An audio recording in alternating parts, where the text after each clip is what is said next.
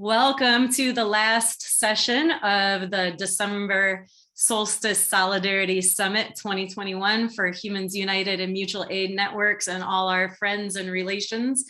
This is a very exciting session for us. Also the end of a very long weekend in front of the computer. So I know a lot of us are going to be watching this on the recording later. But thank you very much for getting up early on a Monday morning and closing out our Sunday evening session here at the Solidarity Summit. And we're going to hear about what's happening in your part of the world, and you can introduce yourselves how you wish. So just let us know what you want from us and take it away. Do you want to go first, Helen? Well, I'm a little bit hazy on the detail with where you're at with this enterprise, but there's other things going on here in New Zealand as well. I'm particularly interested in a model that has been proposed and piloted by Mark Pascal just out of Wellington, so in Poru and Cannons Creek community last year. He launched a 6-week pilot project which incorporates elements of time banking, but involves businesses as well. So there's lots of reciprocity and interconnection and volunteering recognized, and lots of incentives for people to participate, and also an opportunity for a democratically based voting for community projects, lovely initiatives, and so it's many faceted, and I just love the way it's so inclusive. It does cost money, so he raised money for the pilot, and now he's put out a white paper that is 40 pages long, and it's a living document. And so he wants to now bring this to scale and make it widely available. And so November 12 months ago, I publicly proposed that we initiate a local currency for my little country town north of Wellington, Carterton. And so we only have a very small population of about, I don't know, 9,000, 10,000 people. And so we have a locally based currency system just to get things going. There's 5 different little communities of varying sizes in the district, in the region. And so out of that proposal, I got a working group. And so that group has looked at the LET system, at time banking, voucher-based systems, and we've come to the position now where we'd really like to give Mark Pascal's system, which is marketed as the well-being protocol. We'd like to give that a whirl and just see whether it takes root. We have a lot of work to do. We need to canvass our business community and see whether they'd buy into it. And so we have to put together some promotional material and ways to approach the businesses and the wider community and see whether they'll buy into it. So that's a bit of background that's happening here, and I'll be happy to share that white paper with this community. We'd be good to, at the same time, Living Economies, which is our educational trust in New Zealand on local currency systems and sustainability in general, or I might say, developing resilient communities more accurately. We have an interest in what's going on in this space and with this conversation, and we're not at all fixated on any one thing being the solution. Different areas might want to follow a different course, and I think diversity is a good thing. And there's some concern that the global economy is perhaps looking rather shaky, and that we may need some viable systems to enable communities and individuals and businesses and so on keep body and soul together and facilitate trade so that we can actually work together collaboratively to ride through what might prove to be some difficult times. So that's a little bit about from me. What would you like to add to that, Anneleise? Oh, just some of the interesting things about Mark's project. So the currency units are issued through altruism, which is quite an interesting. He's sort of turned it a little bit on its head, and it's administered. The accounting system is on the blockchain. So he's sort of tried to hybridize a few ideas into a system, but it did require, so he, with these units that were issued from businesses to people, from what I understand, they're backed by money sitting in the bank. So that's why he's fundraising. So it's being offset by a deposit that's sitting in a bank account. So it's not just a system where it's just mutual credit. It is actually correlated against the New Zealand dollar. So that was one thing that it's probably, I'm not 100% au fait. I've read his white paper, and it sounds like quite an interesting system, but I can see where it connects with this idea that I was playing with after my solidarity sprint with Stephanie and Kate. So we went to Massachusetts and learnt about the Common Good card. So, and part of that was how do you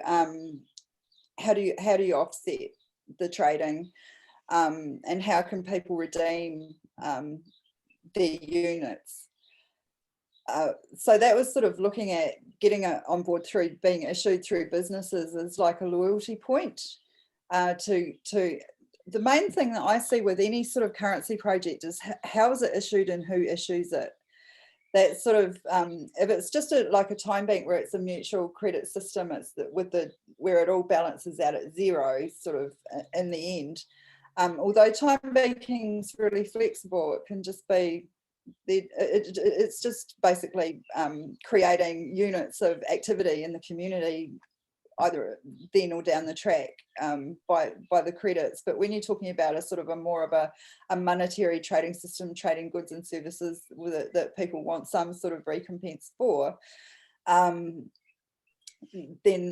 it's how do you get a system that works within the legalities of the financial system, but also is robust, that can have the trust of the community, where people can also get what they need, which is where a lot of the local exchange and trading systems, the Let's and Green Dollars type systems, struggle, is because people end up, who have got services that people want more of, end up with a lot of credits that they find it really hard to redeem in the system and get what they need back for it.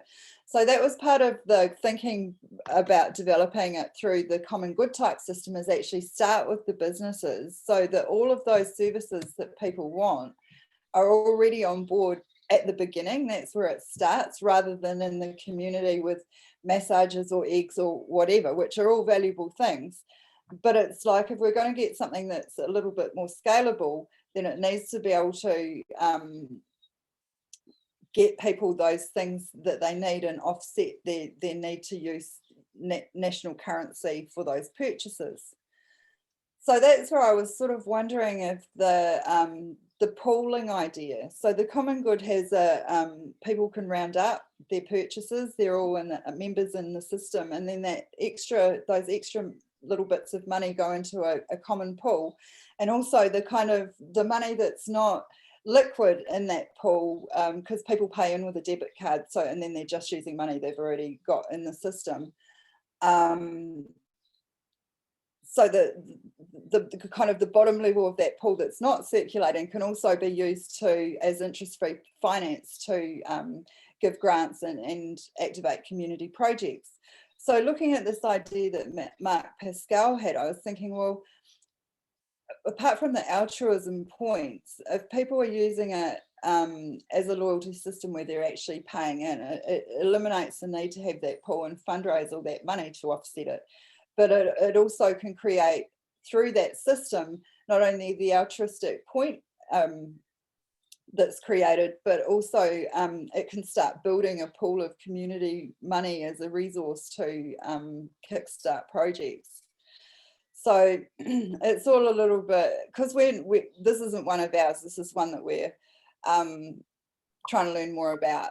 So it's how can we add value to what they're already doing with ideas that we've had, that we've seen working with pilots, and how can we hybridize all the good ideas out there to actually build something that can be sustainable on the ground, that can be a robust system that can stay in place if we get widespread, you know, economic crash, you know, and lack of liquidity in communities, so nobody's actually got cash and they can't get their food and they can't get what they need. How do we create systems that mitigate that? And I think that, you know, the next couple of years is a really big, it's a big piece of work to try and get a lot more of these sort of things in place and tested, because I think we will need them. And this is also with looking at the geopolitical, the rising of authoritarianism. This is how we take our power back at community level, is by not having to rely on the bigger system and be enslaved by it, and by and creating our local food systems, our local supply networks. And the good thing about building these systems is it starts to connect people in the system. So it builds those relationships. And so I think that right relationship of things that are values-based, when that's at the foundation of the new systems that we create, that in itself starts to mitigate some of that bigger problem, because and it is the best way we can mitigate some of this misinformation, propaganda, extremism, is by having those face-to-face relationships in our community. You know, it's much harder to be so militant about things if it's your neighbour, you know, and you've got a relationship and they've given your kid a chocolate at Christmas or whatever. So the best thing about these community level systems is it starts to build those relationships. It builds relationships between people who are growing food, between people who can offer services, between people who need services, between people who've got resources, who've got trailers or things that can be pulled, like a tool library in the community if things go really bad. So that, I guess that's learning about those, you know, what's out there and how we can weave together all of the threads to build something that's stable, that's got integrity, that's not reproducing the flaws of the capitalist system, and that gives our communities, you know, it builds that connected ecology where we can all feed around what's needed, where it's needed, and we've got those relationships to know where those threads are. So I think that's the value of, I think there's some really good ideas in Mark's system, but I'm not sure it's there yet, you know, as something that could be a you know, stable quite how it is in its current incarnation. So we're, you know, I'm definitely keen to have more talks with him. So Living Economies, which is Helen and I very recently have become part of, we had a conference in May, wasn't it, Helen, in Carterton, where Helen's based, where there's currency projects. So we had quite a lot of speakers, and part of what we were starting to look at is the whole idea of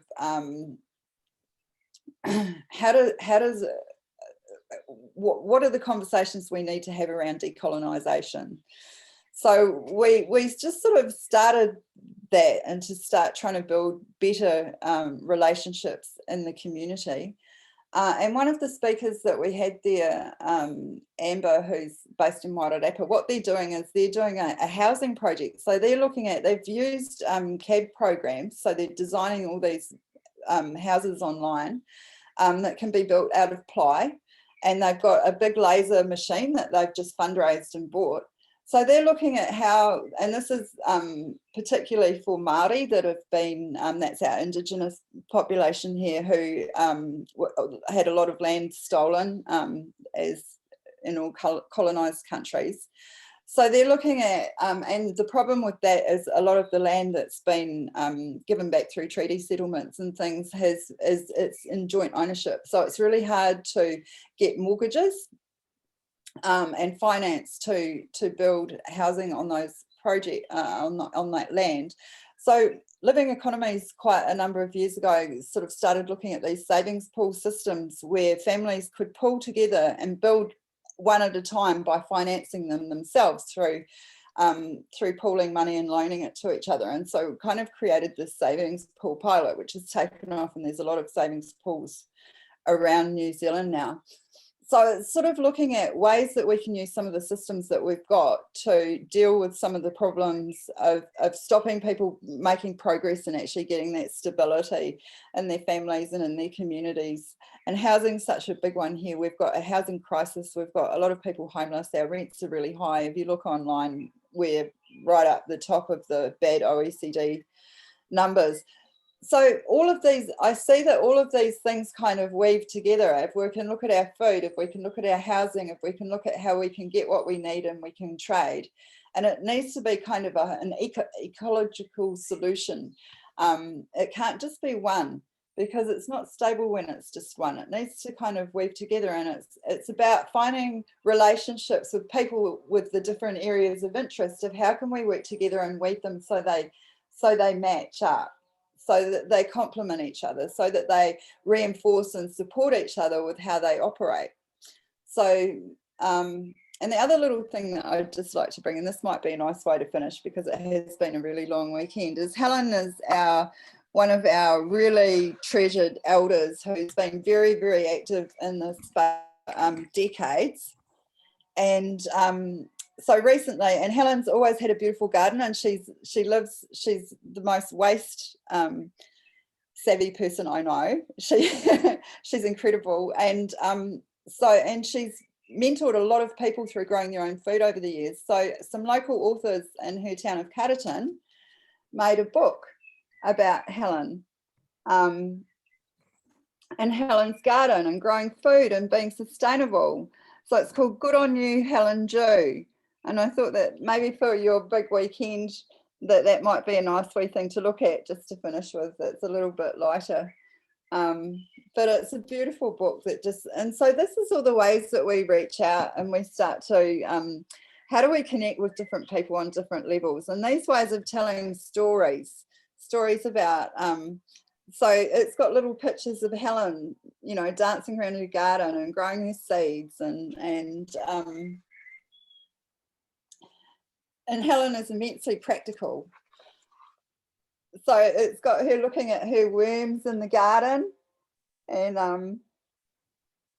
the health of her soil and the things that she needs to grow to be healthy and have a balanced diet.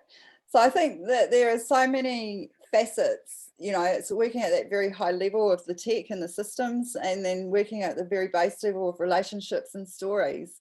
And there's a whole spectrum in between, and we make change on all those different levels, and we don't all have to be a speaker, and we don't all have to be a techie, and we don't all have to be a systems person, and we don't all have to be a manager.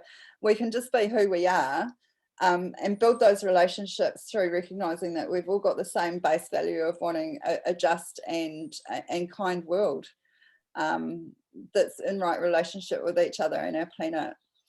So I think I've probably said enough. Do you want to talk more, Helen? Oh, just a week going back to the savings pools. One of the vital features of the savings pool is it's interest-free, and so that's a very important feature.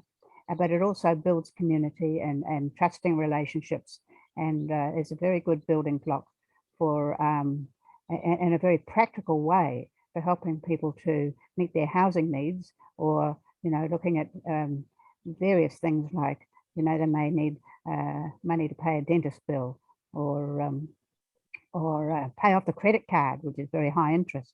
and those kind of things. And you'll find stories. I've given you in the chat block there the link to Living Economies. So look at savings pools, and you'll find a story there in the side panel there on how savings pools work. And we'd love to see these take off anywhere and everywhere, and we're happy to support as much as we can. And there's also a few little cameos there, just one-page cameos of member experience within a savings pool. So we know of about 30 odd groups, but there's probably way more that we have in New Zealand, and it's a most empowering thing. So have a look at that. And also, just going back to the book, thanks Anneleise for bringing that to life. We haven't promoted it overseas yet, but it's it's certainly available, and I can send a link for that. But I'm not sure I can do that while we're talking here, but I can do that. Perhaps I can send it to Anneleise, and she can, or you probably already got it. Share the link with this community. Yeah, and how this came about, it's not an initiative of mine at all. The authors, I've known one of my friends, Catherine, for a long time, and she knows me pretty well. It's pretty obvious in the book. And so she used to go for a morning walk with her friend, and they used to talk about the problems of the world and solutions and all that sort of thing. They're both published authors, and lovely people, do a lot for the community and that sort of thing. And so they came up with the idea of doing this children's illustrated book, and I ran it by me, and I thought, oh gosh, I don't know what that's going to look like. But anyway, I'll go along for the ride and see what it turns out to be. Well, they ran some words by me. We quickly agreed on all that, and then they brought the illustrator on board, who I've never met, but it's as if she's been part of my family, and so she's captured me very well. So all I had to do was turn up at the launch. I don't have any financial interest in the enterprise, and so there it is. So yeah, the illustrations are lovely, and so what I've found is that the whole thing has encouraged conversation on building resilient communities and across the various age groups, and so I can send a little bit of blurb about that as well. And but even so, children sort of thinking about what is a real need, and making less pressure on their parents to be constantly consuming the latest thing, but also I had there's a practical little guide there to and so it initiates very good, interesting conversations. But a friend of about 50 plus, who I'd given a book to because she helps me at the farmers market, and she phoned me a couple of weeks later, and she said, your book changed a decision in our household. She said, we were going to replace our clothesline. She said, we didn't. We fixed it. We fixed the broken one. And so that's saving their resources, saving landfill, saving the demand on primary elements, and cutting back on travel to the dump and all those sort of things. So it's got quite a spin-off, and it's surprised to me that it's become such a useful tool and so accessible for a wide variety of people in various circumstances. So there you are. Thanks, Anneleise, for that introduction.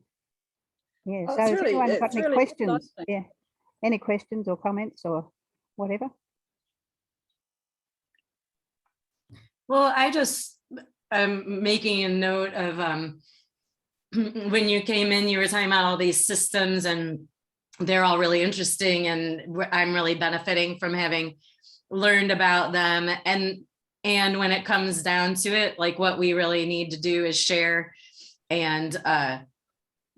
stories and live by example. So it was just a lovely juxtaposition of those two. Like these like heady systems are helpful, but only in as much as they help us get toward like sharing and mutual respect and care. So, and I love the book. It's beautiful. I might add that we're launching a film on the 26th of February on the benefits of local currency. And so we'll be talking about the various models, including time banking. And we've included Mark Pascal, who did the wellbeing presentation and a pilot. So we've filmed him, and that's captured in that film. And it's just a 12-minute doco. And we'll have Mark and others present for a Q&A session after the launch. So we've booked a large auditorium, and of course, we don't know how COVID is going to play out and what its effect will be, but we'll be talking with the team about live streaming and that sort of thing so that it's widely available. Because, you know, our venue is only accessible by people who are fully vaxxed. And so there'll be a few people, quite a few people that I know of, who won't have entry to that venue. So we're looking forward to that coming out as well.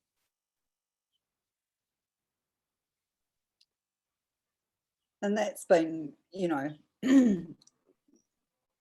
just having to pivot a lot with the pandemic is, I think, much easier for groups like, you know, that are working in the areas that we are, because all of us have had to do that for years in between funding and things going pear-shaped and venues and, you know, we've had to be really resourceful and be able to pivot and be able to think outside the square. And, you know, I think that the resilience movement is really quite well placed for these times in a lot of ways, maybe more so than some others.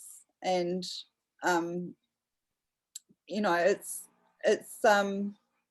definitely been a crazy time, and it's not ending anytime soon, you know. So I think some of the other interesting things that have kind of come out through this year was I hosted a kind of a public gathering last year talking about this sort of loyalty point type savings pool funding community projects type idea. And, you know, when we talk about money, it's sort of what Stephanie was saying before about our stories and our relationships. Most people just use it and don't think about it and don't really want to think about it. So this was a group with quite a lot of young professionals that are very into the idea that we need to do a lot of things a lot better, that might be actively working towards that in their professional life. But in their personal life, our business as usual consumer lifestyles don't always make it that easy to make choices or think about the choices that you would want to make.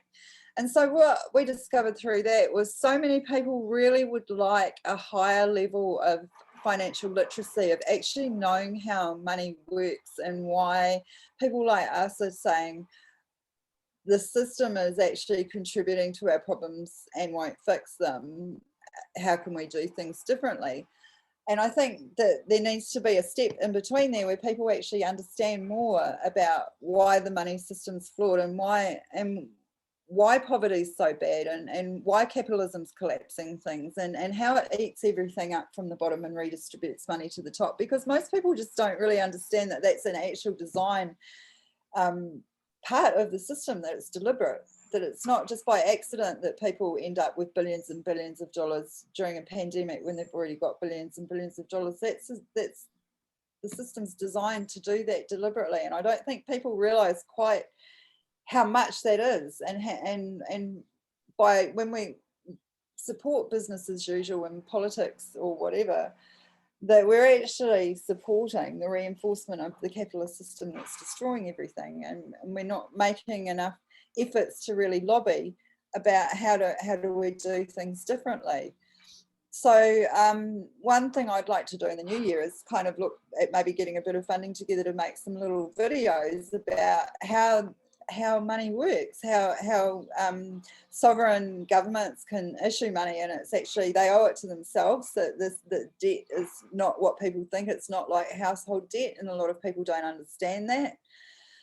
So I think that there's lots of spaces where more and better information could really start to impact now, because people are asking a lot more questions. That's the cool thing about the pandemic, if there's any cool things, is people are asking a lot more questions about the status quo, and that's where we want good information in there, so that people can make better decisions and have opinions that are actually based more on an understanding of what's really happening rather than the narratives and myths that they've been told. Because I think a lot of things only get got away with because people don't know any different.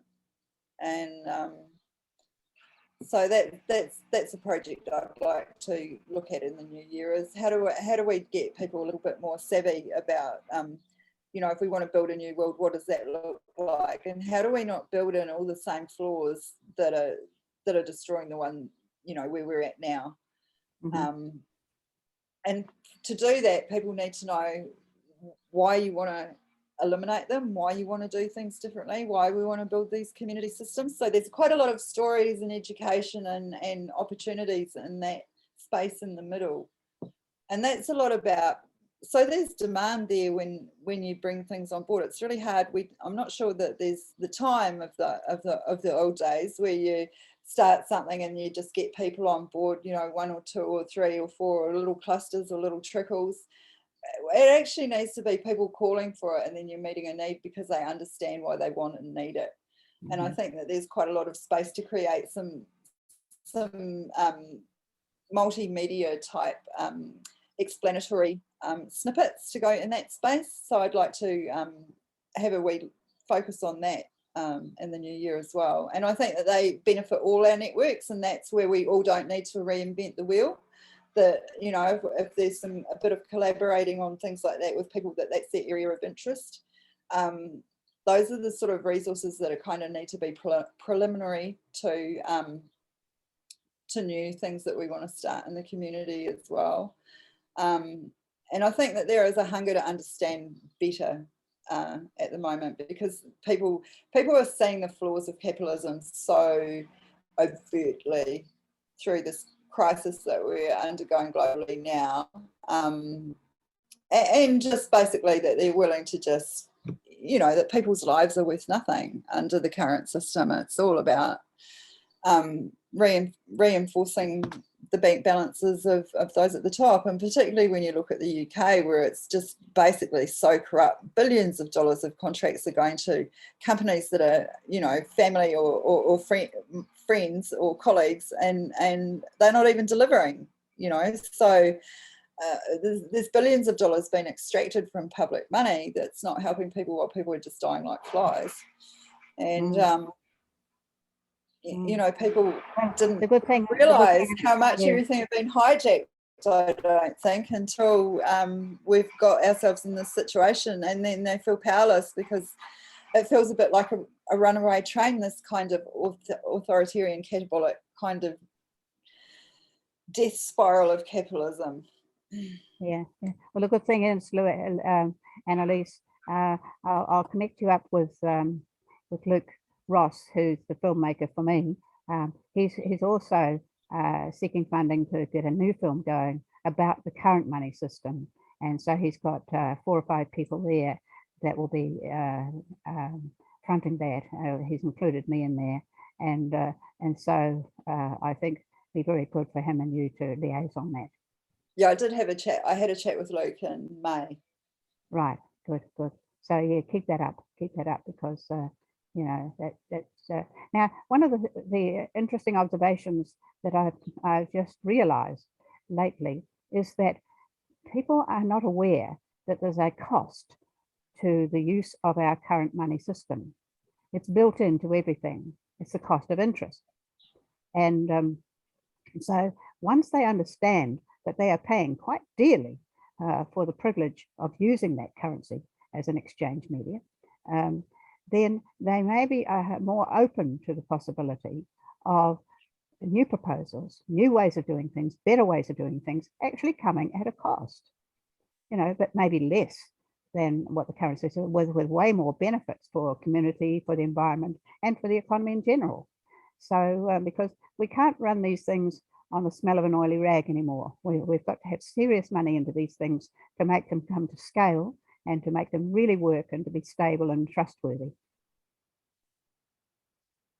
And people like Stephanie get paid. Yeah. Someday. Get paid in something less. Well, I actually wanted to, just wanted to share something, like just, sorry, collecting my head a little bit, but it's to tie the things, like to tie the system understanding and the complex, setting up the structure and the rules that set up the right dynamics, that very technical sort of way of looking at things with the ultimate goal of breaking down the need for it. In my perspective is, again, like leading us toward a unity of living systems that doesn't require this constant record keeping and transacting, that has more natural flows. And the reason that that I've been working on the structure I have is to like build a bridge from here to there. So we've made that upside down pyramid of abundance. Going to the greatest level of abundance is sharing. And then if things are abundant, you share them. If they're a little less abundant, you exchange them like for like, doing time exchange or stuff. And if they're less abundant, then you could use mutual credit that has a price on it. And even less, like you have to pay cash, you use pooled money, like built on the savings pools of New Zealand. And that connecting all those things, you would be able to see how your needs can be met, and your needs would become more so sort of naturally met by you doing your work in the world. And in my ultimate dream during this time that we are using this bridge from here to there, part of the bridge is built to have us learn healthy communication and relearn collaboration and relearn neighboring, meaning neighboring with everyone who's around, regardless of our various differences. And then ultimately forget, like we could have the money in the bank, but not ever think about it again. To me, that's like the advantage of something like the common good card, or something where you put money in the bank and then you exchange against it, as that money in the bank helps people feel secure that they can exchange against it. But really the only thing they need is that exchanging with each other. Like if you have the money there and you're just like exchanging your numbers on the card, you are seeing that you don't need that money there. But you need that sort of popular education, for lack of a better term from me, to have people understand why you don't want to go back to that money there. Like in Argentina's big economic collapse in the early 2000s, people really lived on complementary currency, do it themselves systems. But then there was like lack of transparency in a number of them, and corruption. And but even when it was working well, like people were used to, wanting, like when their money system came back, they just went back to it. So that's where you need the popular education. And that's where I go to think about the religious, the religious edicts from all over, from everywhere, all the time against money. And I remember, we grew up learning money is the root of all evil.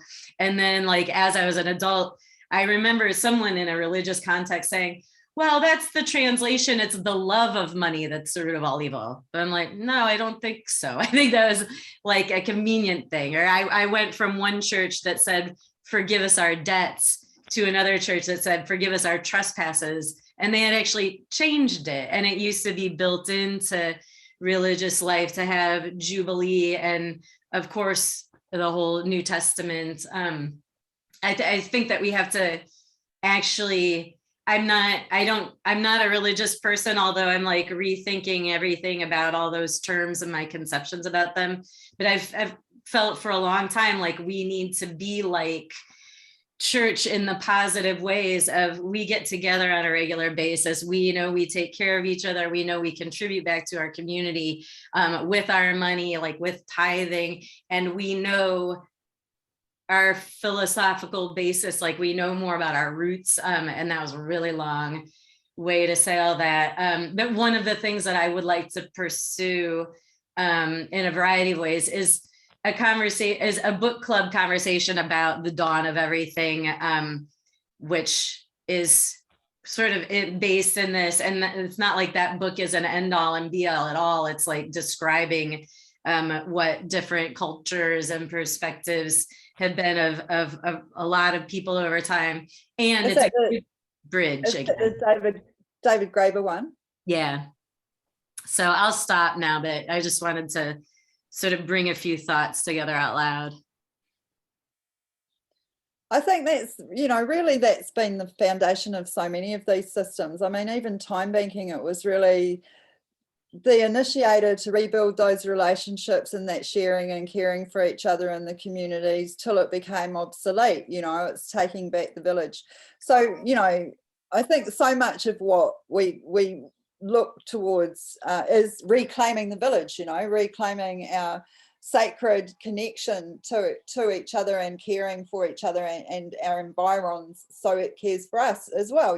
Like a healthy environment creates healthy healthy inhabitants, whether that's human or otherwise.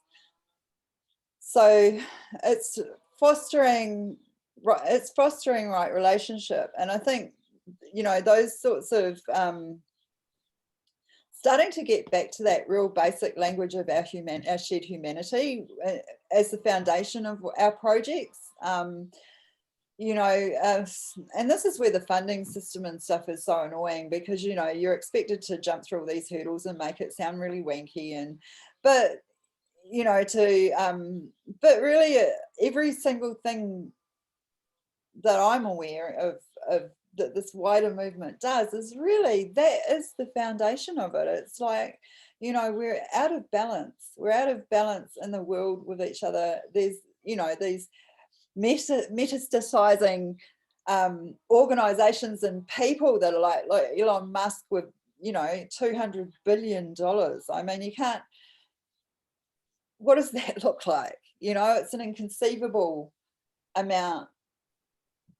And yet there are so many people that can't even feed their kids, and that is, and in nature that would be collapse, and so we're artificially maintaining the status quo to a point of really unhealthy. I mean, it's hollow, it's hollowed out. The money system, I think of the money system of like, the big, it's like an upside down pyramid where all the money's accumulated to the top.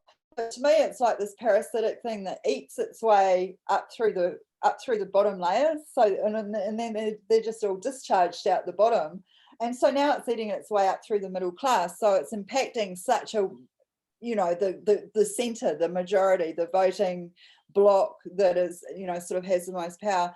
And the pandemic has really made that so clear to so many people. They might have had an inkling, but it's stark, the inequality and the unhealthiness and the parasitic kind of nature of the system, that we're just basically host, things to chew up and spit out and extract as much value from, but we're worth nothing unless we're a commodity to make some billionaire have an extra zero on his bank balance, And I think that, the Amazon workers in Kentucky, I mean, you can't go home even though you're listening to a siren, or you'll lose your job. I mean, how disgusting is that? I mean, that's beyond disgusting. I mean, that's psychotic capitalism, and I think that those realities have become clear to a much, much wider range of the populace, which gives us a lot more leverage to start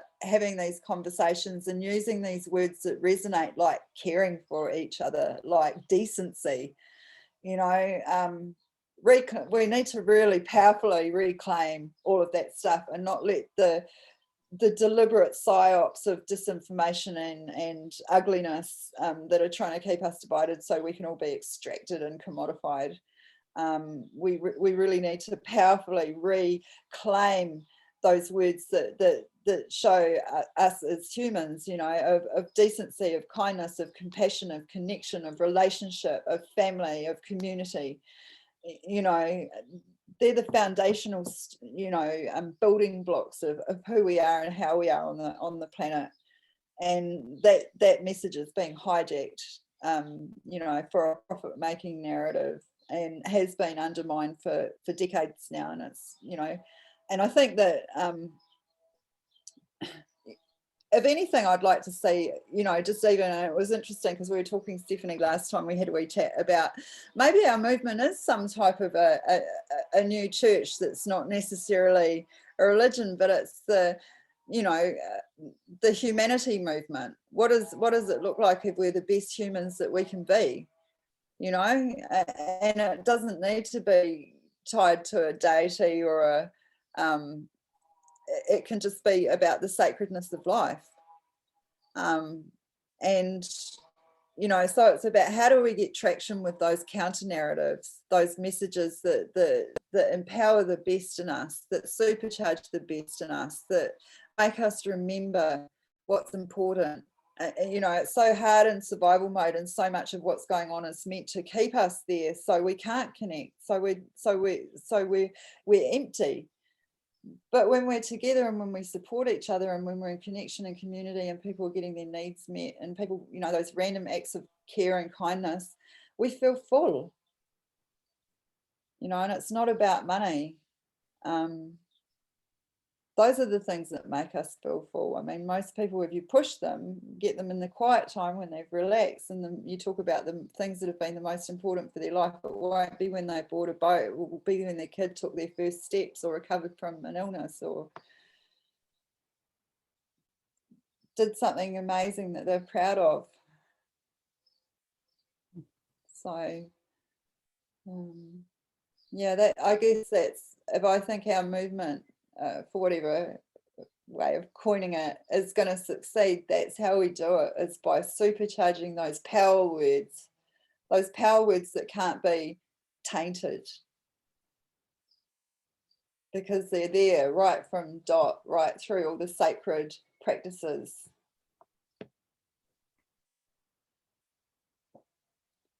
So I don't know if we, so systems need to be clear that that's the foundation of and the values of their operating system, and that's our point of difference, and that's what will make people interested to persist, because it feels better than what we've had forced on us.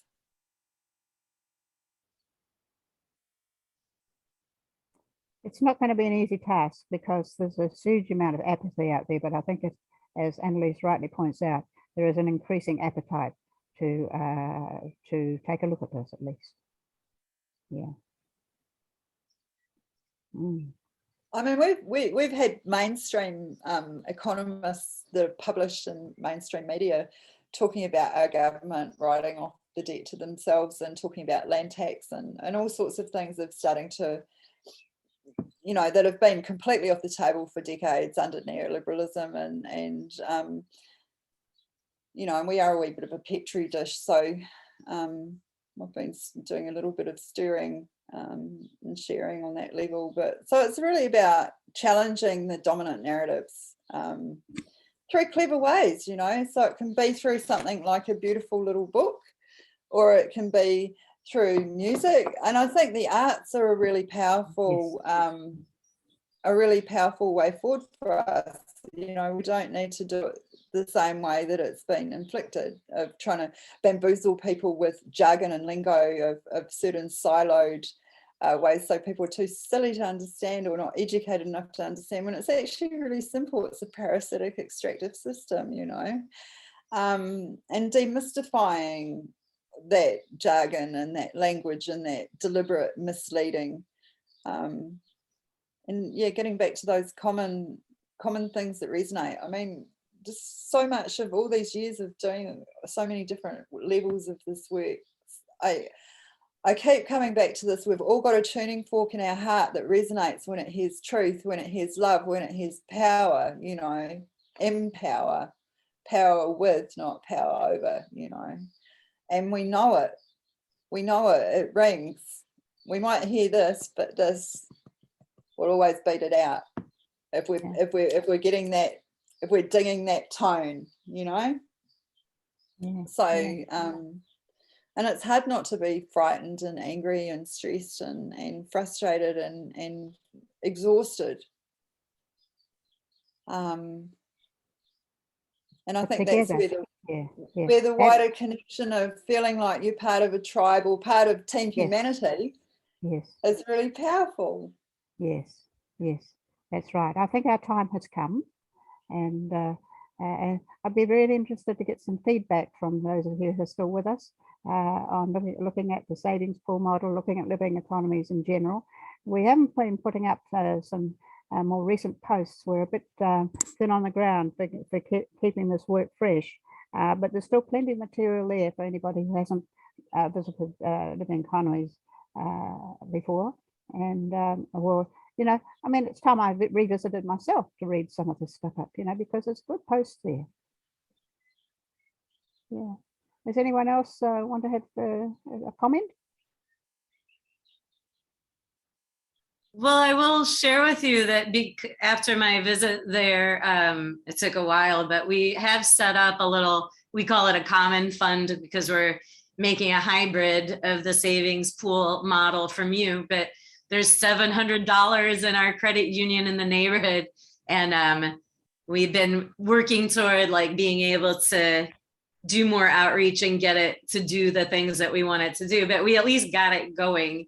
And I feel like everything kind of has to start that way by default, no matter how big you want something to be, it kind of always has to start little is my experience, but maybe I was just bad at stuff. That's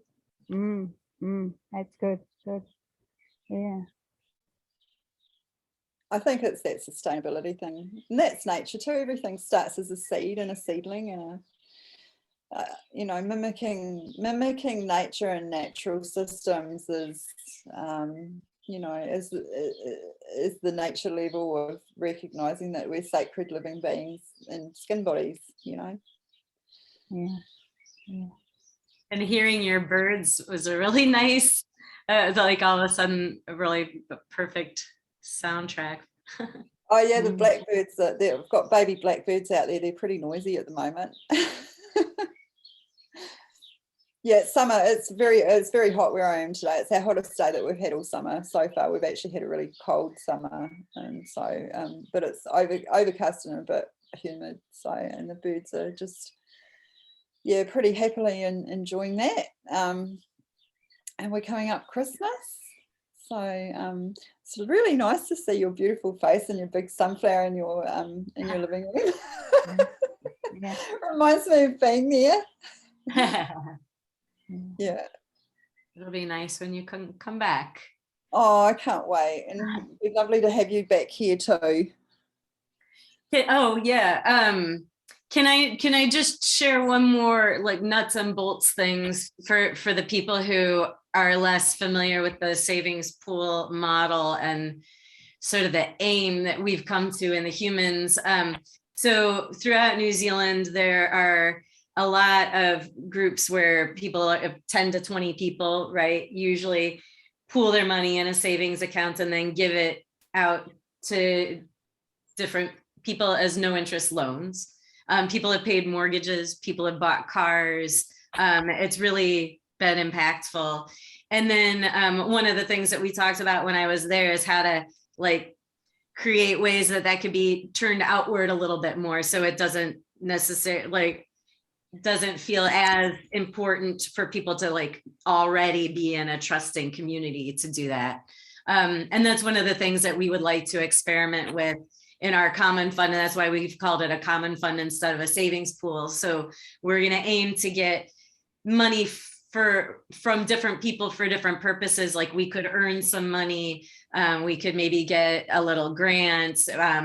People could choose to donate some money, to save some money, and then experiment with being able to give it out for like no questions asked, small emergency grants, being able to loan it to, you know, a member for some sort of a like debt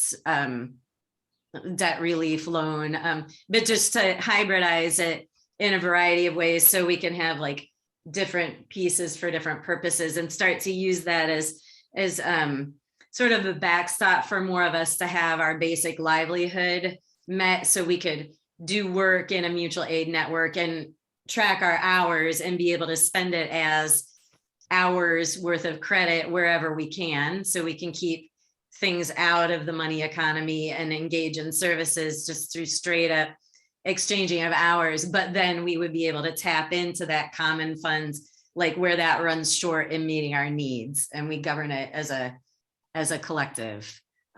So it's just basically a way to pool all our types of currency and other things that we can earn, and redistribute them through a social agreement. Does that make some sense? I'll just say that so if it was for the benefit of the other people in here, if it was used as a savings pool, what happens is people get their purchase finance and then they pay back a portion of principal and also a portion of compulsory savings. So they have the pool is balanced by reciprocity. So if you've borrowed a certain amount to purchase something, then you are sort of committed to having that same amount in that pool for other people to borrow for the same duration of time. So that's the reciprocity, and then you get your full savings out at the end. So not only do you pay off your item, but you also have created compulsory savings during that time for other people to borrow. So you actually have savings at the end to pull out as well as having your item. So it's actually it's a really good system. And like Stephanie said, people have paid off mortgages, have bought cars, have done renovations as needs have changed, and all sorts of things. And it's the opposite of the accumulation mentality, because a pool's working the best when it's empty. So people are just paying their regular savings in and saving up, and then you just, through the agreement in the group of how that money is prioritised for people's loan needs. So you all agree that this person needs it more because they've just broken their leg and they need to build a ramp or whatever, and that person can have the overflow next month for the car purchase finance. So it's about, sometimes you need to prioritise if there are several people applying, but it's always usually based on some sort of, of fairness and decency and all of those nice humanitarian things we were talking about before. So it's a really powerful tool of not having to go through banks and loan sharks, and it's just based on trust and reciprocity, basic human village stuff. I have a couple of questions in light of the last statement on the discussion of the saving pools. Can you explain to what degree Muhammad Yunus has influenced your work, or do you know who he is? And then second, in light of the lands that was given back to the Maoris, in some are lots or parcels or whatever the ways they define in New Zealand, is it connected to reparations in your decolonialization model in any way? Okay, so I'll start with the second question first. So what happened when New Zealand was colonised? Originally, the colonisers that arrived here were supported by the Māori, because there's like no indigenous land mammals here. So to have enough food to live on, they actually needed to learn about the gardening and all of the ways that people were feeding themselves. It wasn't just straightforward. That you could go catch a pig or a deer or something, because they didn't exist here. We only had birds and lizards.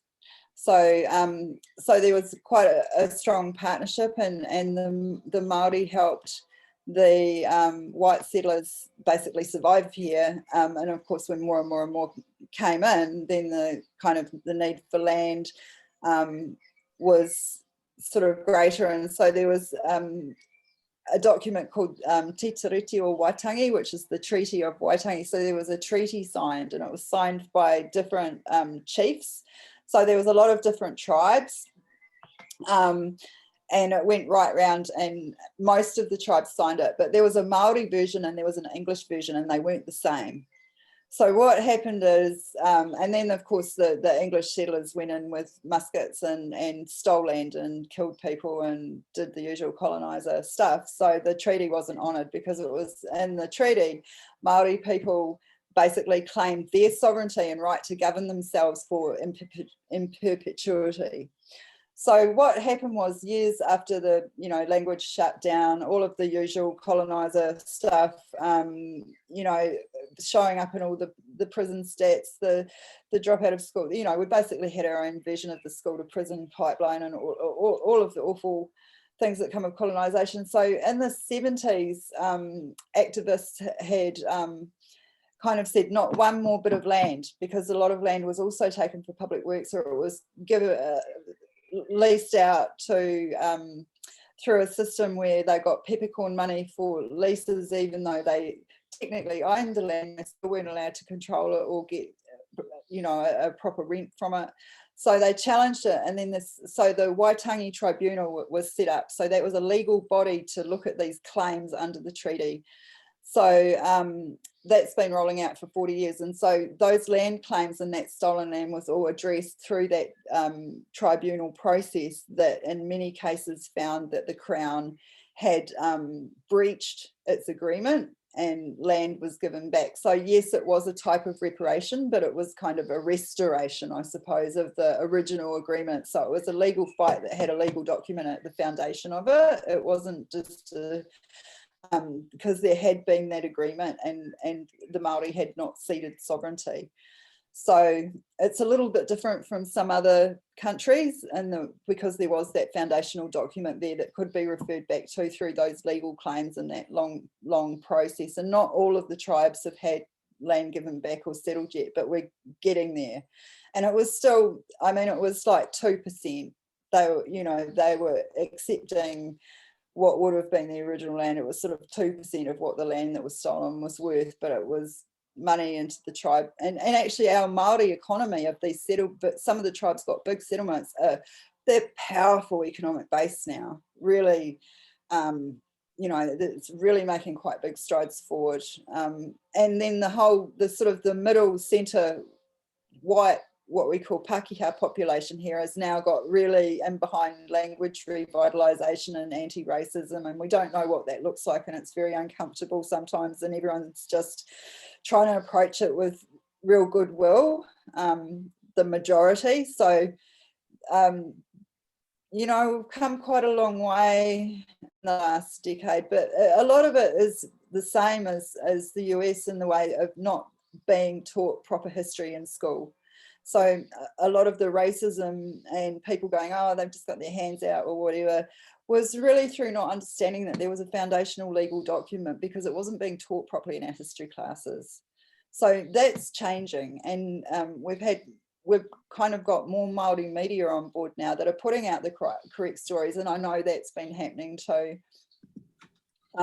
With some organisations in the States that I've noticed over the last couple of years, there's been a really powerful movement to try and teach proper history, and try and inform people of the injustices that were done, and just and of course that's now come with a real backlash from the right. So it's gone, there's quite an extreme, and there's a little bit of that here. We just don't have it. It's not so ingrained here, and of course there hasn't been as many centuries of it here as well. So and there's a different document.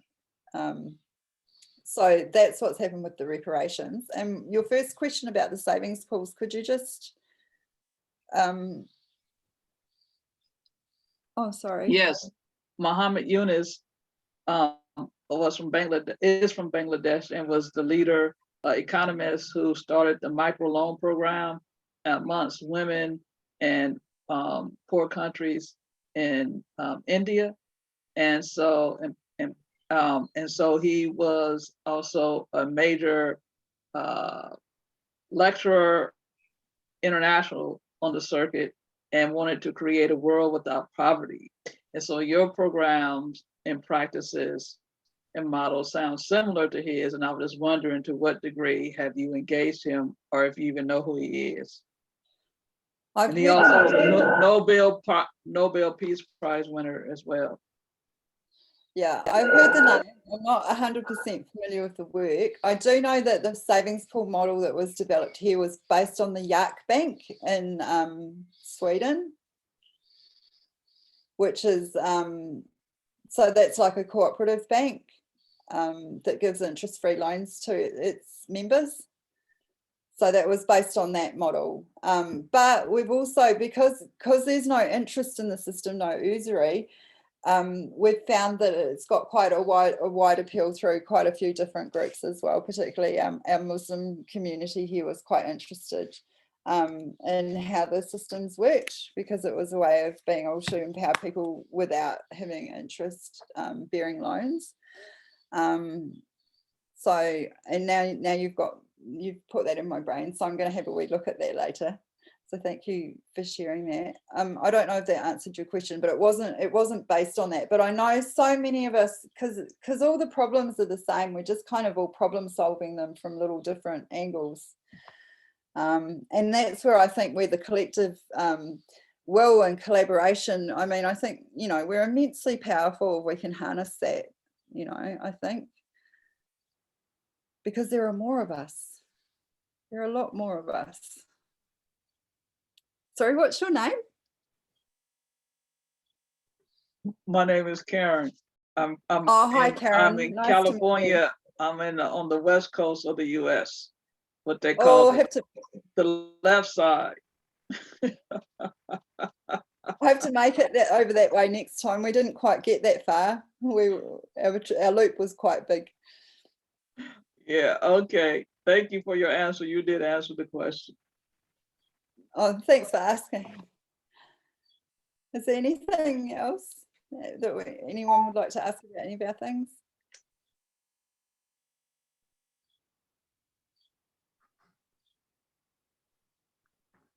Well, what's your sense of what's your sense of the state of convergence, or, you know, I mean, everything has its own rhythm of ebb and flow, and you were talking about people getting back together and comparing notes. Yeah, what's your state of convergence there? And obviously there's all these external factors fragmenting people, and it's newer for you. So just curious, what do you think is needed to tie some threads the next step together there? My sense, okay, so my sense of it, and I guess, is I think we need to create a movement, like a global movement, just really simple, like the kindness movement, or like the you know, the empathy movement, or the something of like little things like do an act of kindness today that can have memes, that can have shareables, that are so simple, that are so basic, that are so hard to shoot down because they're so just basic, you know, that just is just the antidote to some of the other stuff that's going around, you know, like you know, it gathers traction and it gets shared, and people are angry, and then people react at each other, and it's breaking families. I mean, I think it's got to start in that, and that pulls people in on that basic values level. It's like, you know, everything else gets laid on top of that. It's really about how do we weave together a global network that actually just wants decency as our operating system.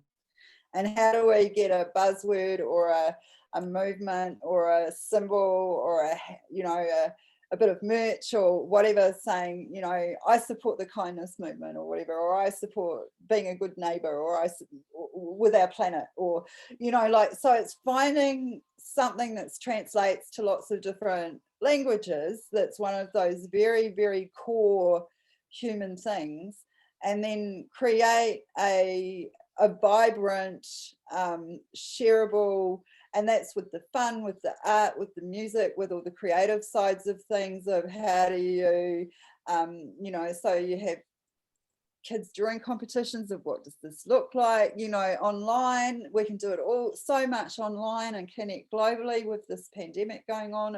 And people are not always at work, you know, and that's probably going to look more likely. So we might have another few months of sort of shutdowns around the place, and that probably might need to happen with this really transmissible strain.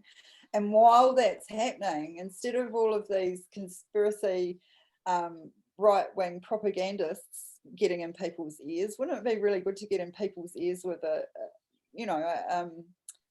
some sort of a rolling kind of a kindness collaboration or something, and or a pay it forward thing of where you can register on it, make a really simple app or something like that, where people, instead of getting all this feed of how many people have yelled at people in shops or whatever, have done something nice for their neighbour, even if it's picked a flower out of their garden and taken it over. Just something so small, and because those things matter, they can change people's whole days. But we forget about that with all of the weight of all of the noise.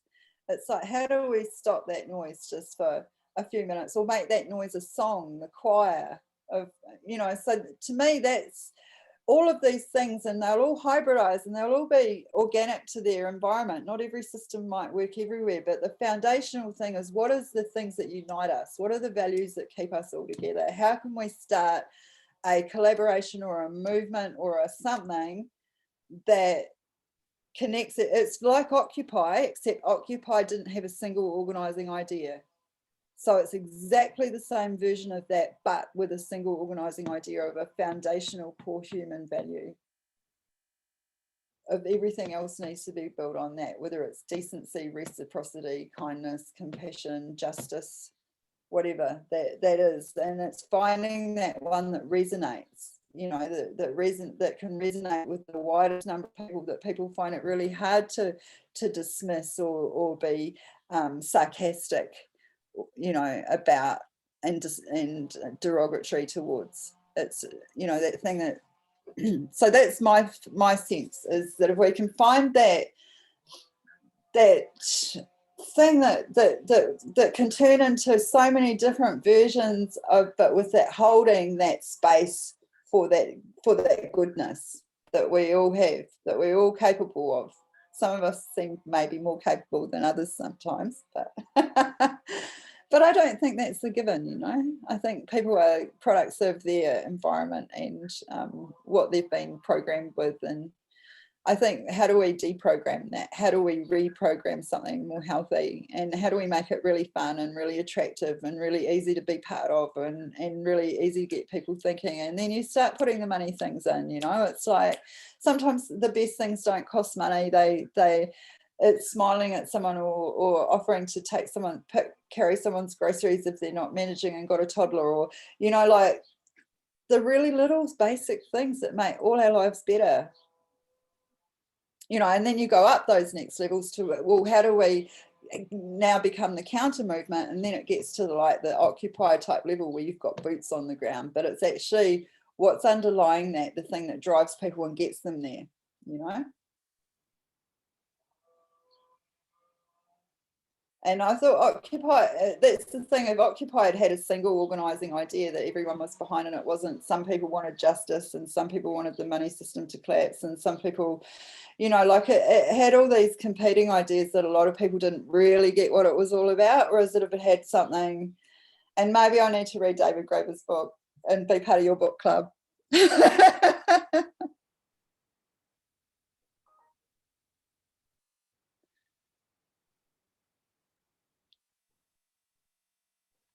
I just want to take the opportunity to thank you and express, or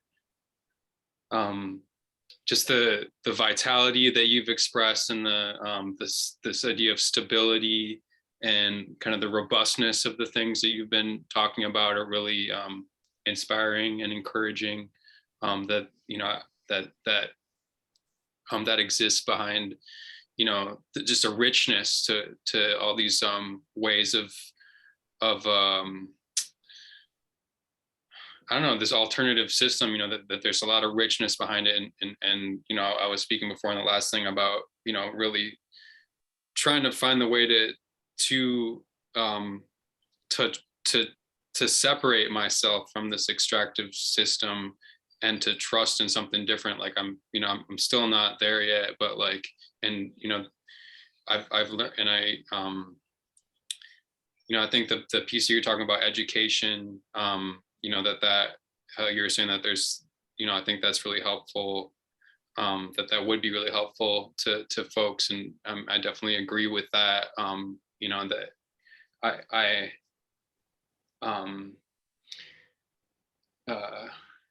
I've been learning about soil ecology and the stuff that you're talking about. It reminds me of that in that sense, just the richness and all these different things that need to weave together in order to make this happen.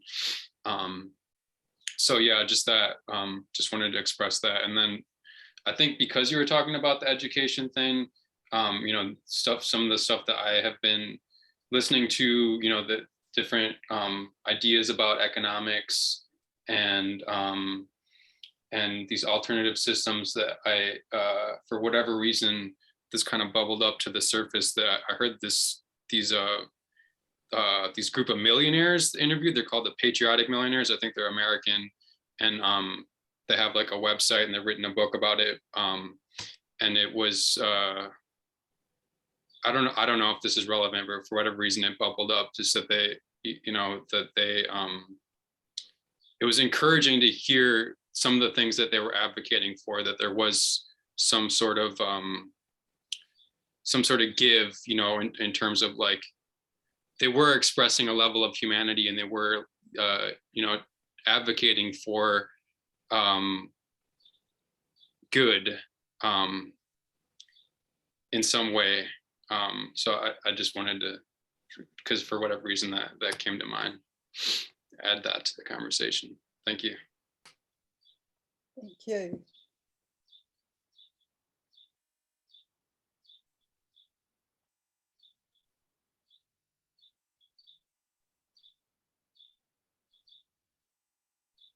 Has anyone else got anything that they'd like to add?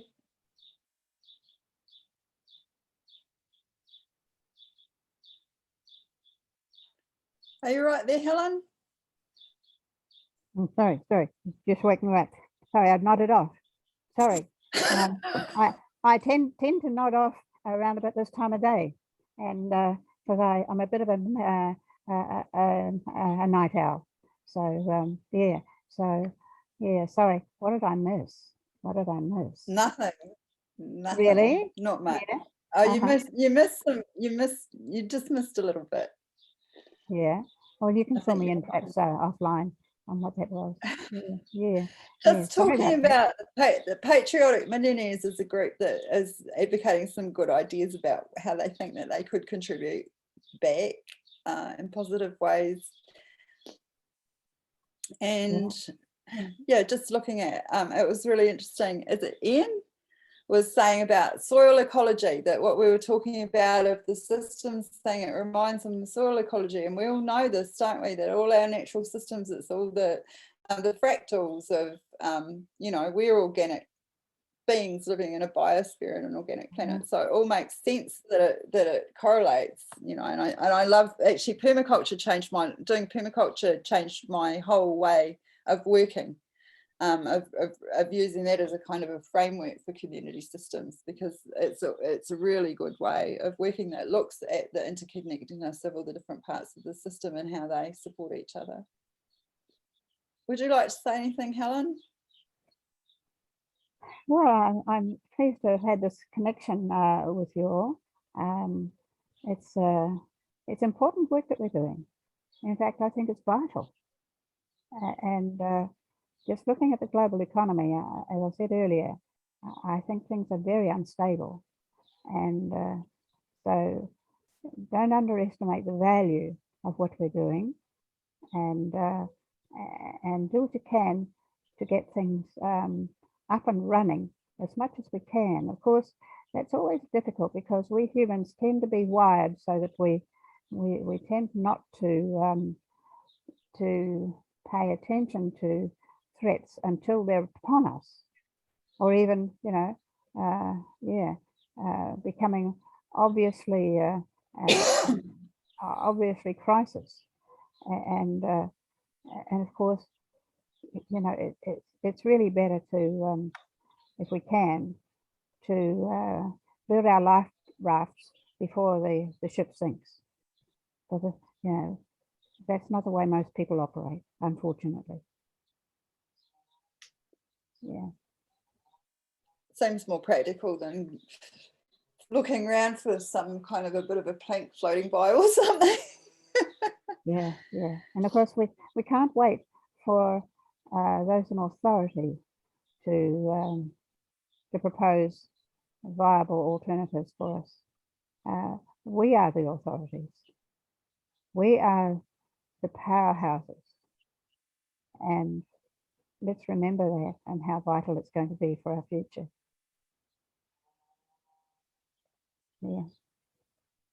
Thank you, Stephanie, for the wonderful work that you do, and others, I'm sure, who are part of this community, who are hanging in there. It's hard work. It takes a long time, and it's the stayers, as well as those newbies who come in with fresh ideas and fresh energy, who contribute to what's going to be a very interesting future, I think. Yeah, yeah.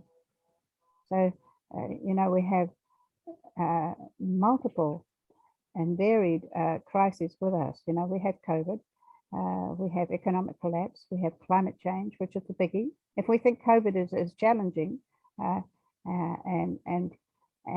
we're finding a section of the community who are railing against mandates and all this kind of thing, you wait till we get serious about putting the things in place for us to manage and mitigate climate change. There'll be howls of protest. Oh, I'll fly if I want to. I can afford it, you know.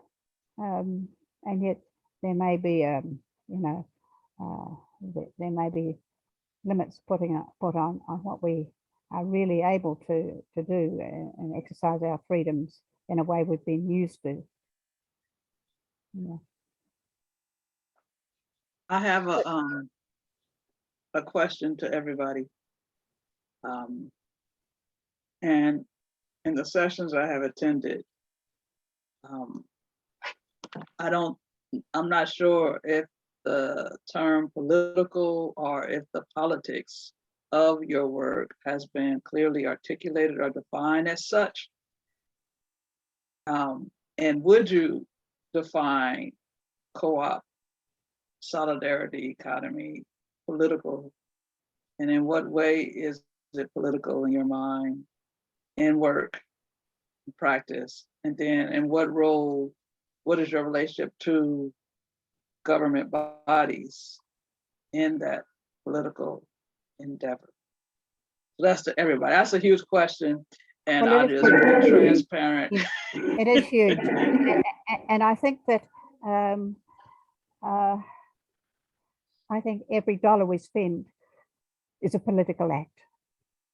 And every decision and action we take is a political act. It has repercussions way beyond what we intend even or imagine.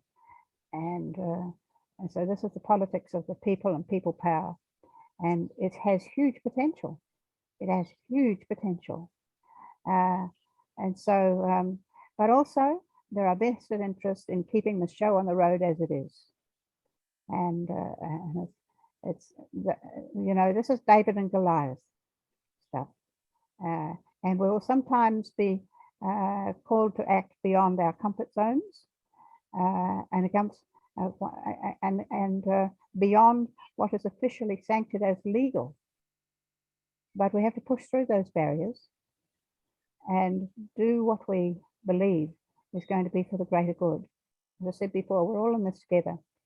And so, as Anneleise said earlier, let's hope that we can bring about and help bring about collectively something that is not simply a reinvention of business as usual in you know, in sheep's clothing, you know. And so that's our challenge. And, you know, we've gone from boom to bust and boom to bust again and again and again throughout humanity's history. And look where it's got us, and look where it's got the planet, you know, to the point of existential crisis. And if we don't do something that interrupts that process and replaces it with something that is more just and humane and more inclusive, then we don't have a very bright future. And we have to start wondering about what kind of a planet and existence we're going to be handing on to the next generations. I think we're at that critical point in history, and we're part of making that history. We're making up the road to travel as we travel. There isn't a map for this. We're making the map as we go. And sometimes we travel a little blind. But we do know in our hearts, as Anneleise said, what seems fair and just and right. And it may seem hardly doable, but nevertheless, we must do. And it's not enough to have, as I say in my book, it's not enough to have ideas and suggestions and so forth. We must act.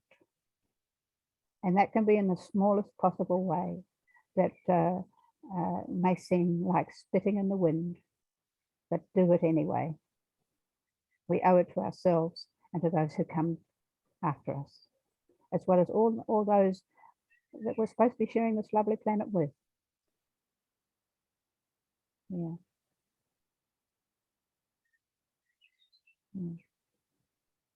We're making history.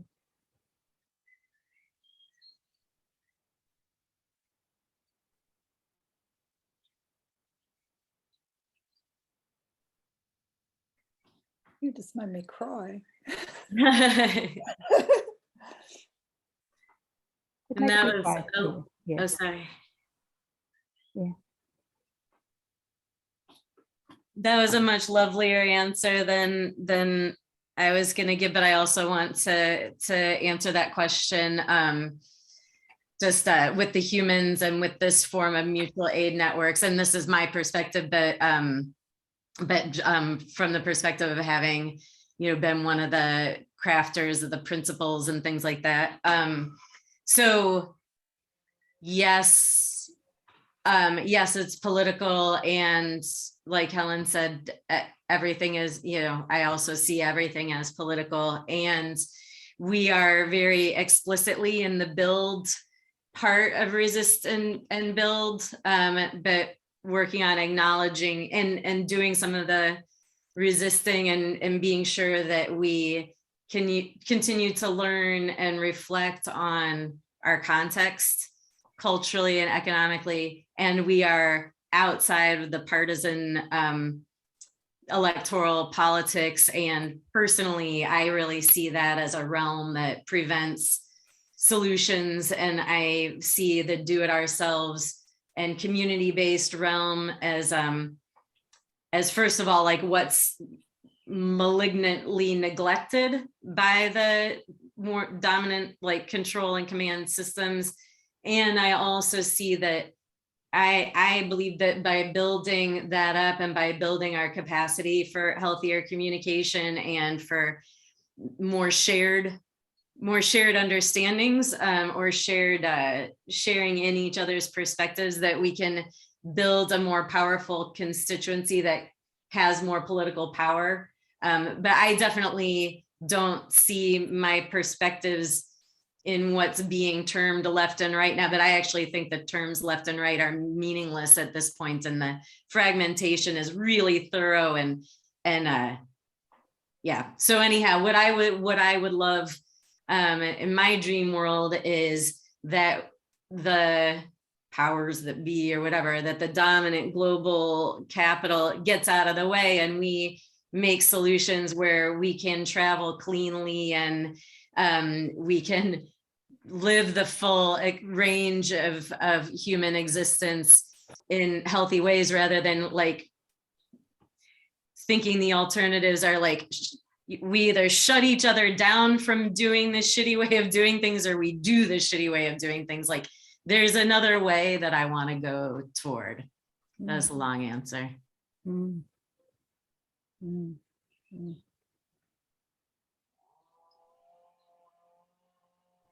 Our journeys have been very interesting and interwoven. And, my journey, a big starting point in my journey started with Margaret Kennedy. when she visited New Zealand, she and Declan, back in 2001, 2002, and they spent time here. And when I heard Margaret speaking, and I felt her passion, her commitment, her huge intellect, and I knew at that moment, this is the work that I am here for. This is my work. This is my work. And through that, you see, Margaret and Declan made space for me in their conference in Germany in 2003. And so I did serious fundraising and got the blessing of my husband, and attended that conference along with Deirdre Kent and one or two others from over this side of the world. And that just reinforced how vital this work is, and formed those connections. And the next year I went to the conference in USA and in New York, and met you and Edgar Kahn and all these other people, and made these wonderful, wonderful connections who are still there. You know, some of them have passed away along with Margaret, Bernard Leaper, Richard Duthwaite, some wonderful, wonderful people. But their works live on. They wrote material that is just part of the foundation of what we do. And yeah, so very grateful for that as an opportunity that was given to me, and which I highly value, and made these wonderful connections. And thank you. It was good to meet you in up in Massachusetts, and see the wonderful work that you're part of and stuck with all these years too. Yeah. Yeah.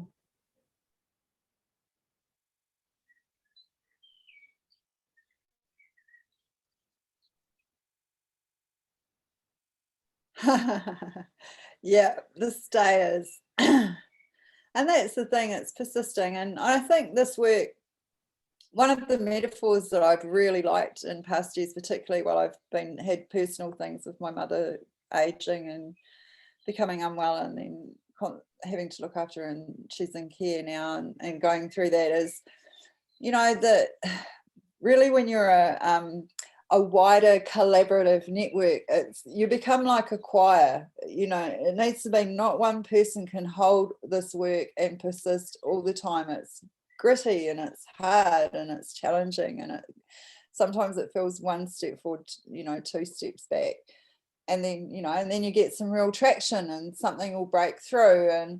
But it's recognizing that together we're a choir, and one voice can drop out and take a breath while the others keep moving forward, and keep holding space for each other.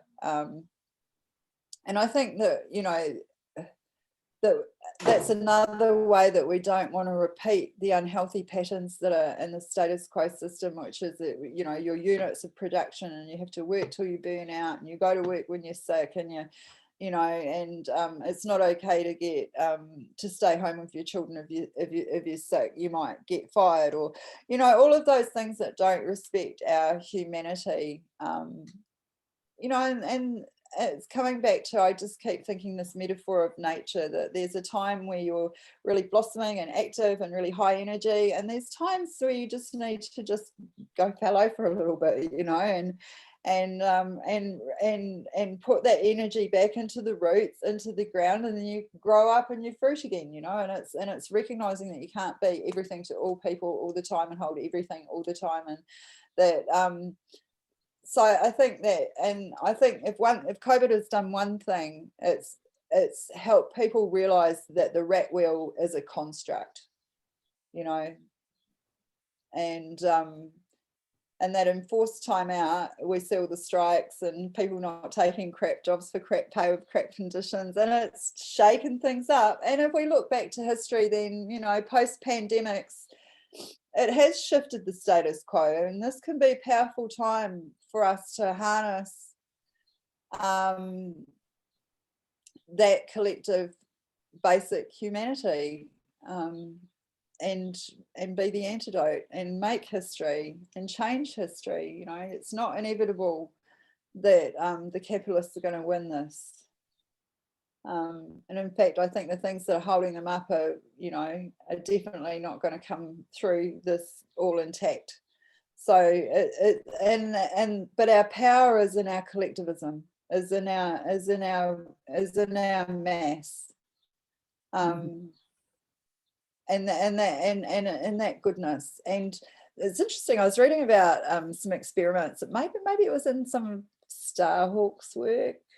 I can't quite recall where I read it, but it was about people being in these experiments, a bit like the prison experiment, but it was, would you give someone in another room an electric shock or get an electric shock yourself? And then, but what they found was like sort of crone age women were the least likely to kowtow down to being manipulated like that, and would actually take the beating rather than harm someone. And I mean, if we can actually grow those things of actually, like, together we're really strong, and we can be kind, and we can treat each other with respect, and we can lift each other up, and we can not trample over each other. If there's a squish, we can actually step back and pick people up, and we can do that, and we don't have to be herded or in fear. We can actually, and so it's reclaiming our own power. And I think that a lot of the dominant narrative is about making you think that you're powerless and that you've got to go work for the man for crap pay and bad conditions, and people are going, nah, we're done. And I think there's a lot of space in that dynamic and in that shift of thinking and in everything being a bit stirred up and up in the air for good things to be poured into that space. And you know, like I say, if it's just taking your neighbour some herbs or a flower from the garden and just saying, hey, you know, we're in a village, in a neighbourhood here. You don't have to fend for yourself and be at war with everybody else to try and survive. We survive together in a world that tries to separate us because we're more pliable. And flexible. Yeah. And I love thinking of that metaphor of a school of fish, you know, like together we're actually a massive big block, but we can pivot because we can all split, and the predator can just go through the middle, but we're gone, boom, and then we're back together again. And I love thinking of our movement like that, you know. It's and I think metaphors and stories are so powerful. We need new stories that talk of the best of us, of the most innovative of us, of the most creative of us, of the most loving of us, of who we are and how we are together on this planet. You know, and you know, like these ones. And I've just put into the chat page there, Yes Magazine. I don't know if you're familiar with it, but it's an excellent magazine. It showcases positive actions, positive behaviors around the world. And it's a magazine that I highly value. So if you haven't checked that out, do so. Is anybody else reading that magazine? Karen? Yeah, good. Look, I do highly recommend it. Yeah. Well, it's been a wonderful session. I don't know when we're supposed to end, but I'm so pleased to have been part of it, even though I nodded out. When I nod off, it's not because I'm bored, it's just because my body is reminding me that I'm 84 years old and I have limited energy, and I tend to take cat naps during the day and then burn midnight oil to get through the tasks that I've allotted myself. So yeah, that's just the way it is for me now. Yeah, it's frustrating, but it's part of life, and I learn to live with it. There's no problem. We're aiming to make the human economy to be humans. Yeah, good. Super happy you were here. And, yeah, we were. Go ahead. I was just saying the grandmas are allowed nana naps. Yeah, yeah, yeah, good, good, yeah. Well, when I turned 84, which was a couple of weeks ago, it made me just pause for thought too, because I thought, now I have limited time now. I don't know how much longer I'll be allowed with COVID raging around and just, natural things. I do have some underlying health issues. And I thought, well, I need to just take stock. What is really important here? What is my vital work here? Why am I here? What do I need to achieve before I fall off the perch? And so, I've let one or two things go in this last wee while. But this is one work that I won't be letting go. Not until I really have to. Yeah, if I ever have to. Yeah. And of course my garden, which is where I recharge my batteries. And I said to my daughter-in-law recently, I said, I'm trying to put a few things in place for when because my son and his wife are both funeral directors. I said, one of these days you're going to have to deal with me suddenly falling off perch, and so I need to tidy up a few things to make it less of a task for you when you have to deal with that. She said, oh, we're ground to the fact that one of these days we'll just pick you up out of the garden, and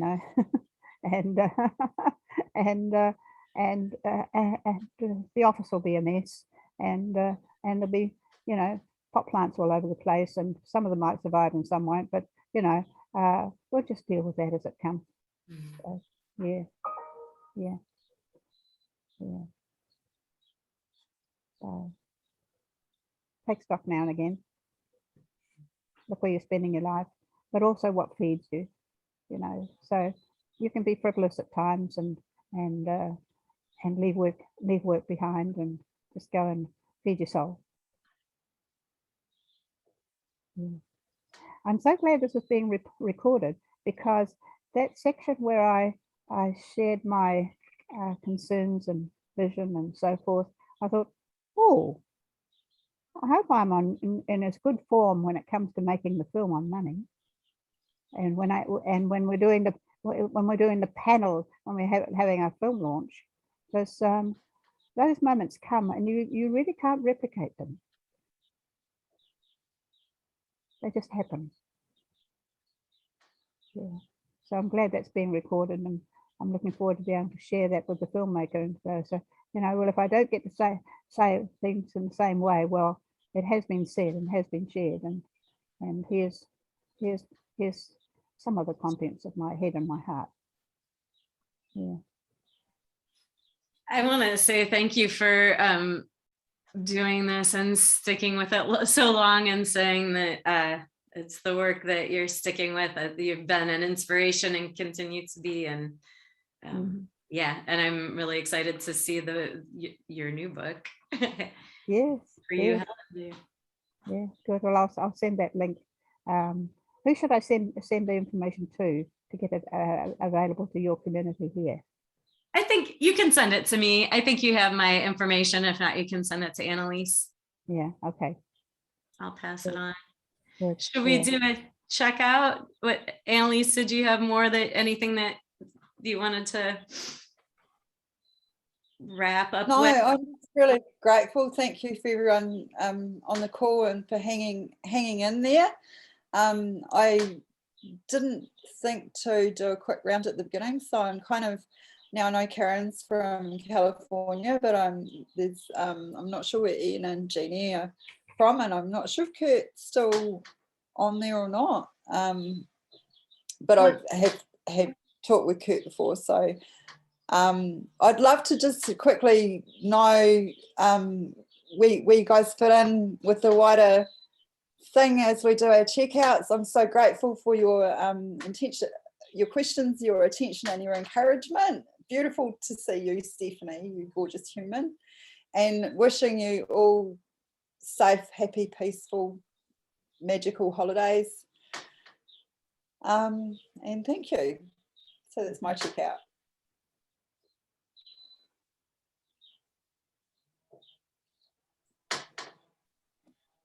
I can say I'm Jeannie, and I'm so happy that this is being recorded because I wasn't able to join until time had passed.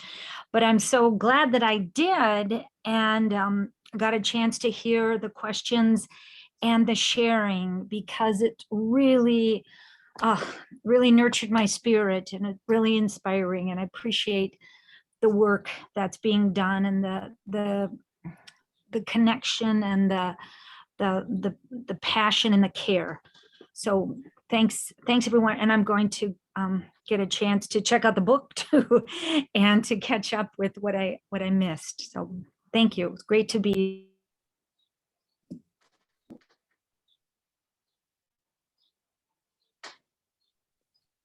Yeah, I'll just say I'm also in Madison here. I've just recently been attending Madison Mutual Aid Network events, and so I heard about this through Stephanie and her work, and starting to become involved with that. Yes, it's been great. All the presenters, all the sessions, and a lot of the other participants, Karen and Fresno, and yeah, thank you.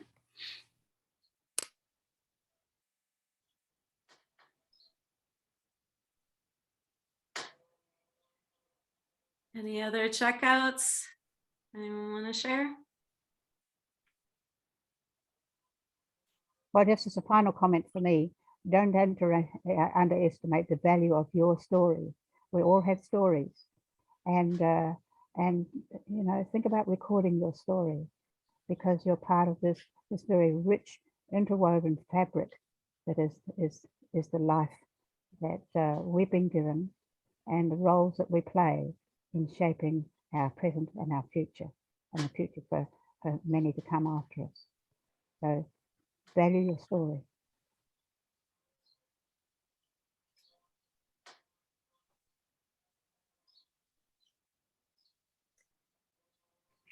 It's a beautiful way to close our December solstice solidarity summits. So I'll stop. Thank you for being here, everyone.